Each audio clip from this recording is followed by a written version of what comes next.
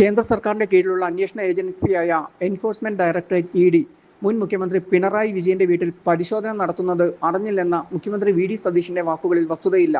E D എത്തുന്നത് മുഖ്യമന്ത്രിയുടെ ഓഫീസിന് അറിയാമായിരുന്നു. സംസ്ഥാന ഇന്റലിജൻസ് മേധാവി മുഖ്യമന്ത്രിക്ക് നൽകുന്ന പ്രതിദിന റിപ്പോർട്ടിലും ഇക്കാര്യമുണ്ടായിരുന്നു.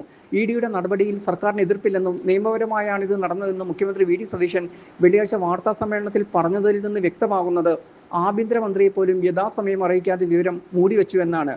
രണ്ട് സ്ഥാപനങ്ങൾ നൽകുന്ന സേവനത്തിന് നിയമപരമായി ഉണ്ടാക്കിയ കരാറിന്റെ അടിസ്ഥാനത്തിൽ ബാങ്ക് വഴിയുള്ള ഇടപാടിലാണ് ഇ ഡി കള്ളപ്പണം വെളുപ്പിക്കൽ ആരോപണം ഉന്നയിക്കുന്നത്. എഫ്ഐആർ പോലുമില്ലാത്ത കേസ് പലതവണ കോടതി വിധിച്ചറിഞ്ഞതാണ്. എന്നിട്ട് മകളുടെ പേരുള്ള സ്ഥാപനത്തിന്റെ പേര് പറഞ്ഞ് പിണറായിയുടെ വീട്ടിലേക്ക് ഇ ഡി കയറുകയായിരുന്നു. ഇക്കാര്യം ആഭ്യന്തര വകുപ്പും മുഖ്യമന്ത്രിയുടെ ഓഫീസും അറിഞ്ഞില്ലെന്ന് പ്രചരിപ്പിക്കുന്ന നിയമങ്ങളെ പരിഹസിക്കലാണ്. സംസ്ഥാനത്തെ ഏറ്റവും തലമുതിർന്ന നേതാവും 10 ദിവസം മുമ്പ് വരെയും മുഖ്യമന്ത്രിയായിരുന്ന അയാളുടെ വീട്ടിലേക്ക് യാതൊരു അടിസ്ഥാനവും തെളിവുമില്ലാത്ത കേസിൽ ഇ ഡി വരുമ്പോൾ സ്വാഭാവികമായും ജനകീയ പ്രതിഷേധമുണ്ടാകുമെന്ന് ഉറപ്പാണ്. ക്രമസമാധാന പ്രശ്നമുണ്ടാക്കാതിരിക്കാൻ ആവശ്യമായ പോലീസ് സംവിധാനവും ഏർപ്പെടുത്തേണ്ടി വരും.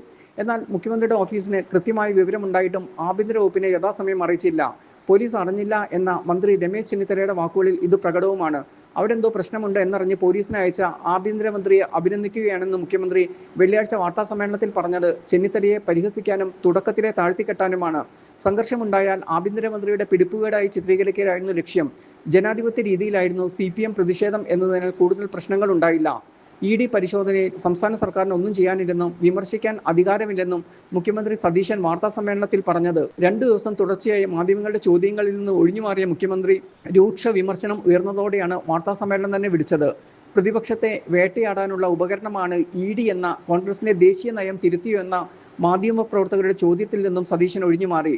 പരിശോധനയ്ക്കിടെയുണ്ടായ ജനകീയ പ്രതിഷേധത്തെ ക്രിമിനൽ നടപടിയെന്ന് ആക്ഷേപിച്ചു. പരിശോധന ഇ ഡി സംസ്ഥാന സർക്കാരിനെ അറിയിച്ചിട്ടില്ല. ആൾക്കൂട്ടം കണ്ടാണ് ആഭ്യന്തരമന്ത്രിയുടെ നിർദ്ദേശപ്രകാരം പോലീസ് എത്തിയത്.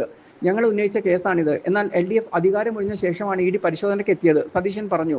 രാഹുൽ ഗാന്ധി ഇ ഡിയുമായി സഹകരിച്ചുവെന്നും അത് രാഷ്ട്രീയ പ്രേരിതമായ കേസായിരുന്നുവെന്നും മുഖ്യമന്ത്രി ന്യായീകരിച്ചു. CMRL MDയുടെ വീട്ടിൽ നിന്ന് കണ്ടെടുത്ത ഡയറിയിൽ ലക്ഷങ്ങൾ കൈപ്പറ്റിയതായി പേരുള്ള 2 പേർ ഇപ്പോൾ മന്ത്രിസഭയിൽ ഉണ്ടല്ലോ എന്ന ചോദ്യത്തെയും അവഗണിച്ചു. രാഷ്ട്രീയ പാർട്ടി നേതാക്കൾ കമ്പനികളിൽ നിന്ന് പണം വാങ്ങാറുണ്ടെന്നും അത് സ്വാഭാവികമാണെന്നും സതീശൻ ന്യായീകരിച്ചത്.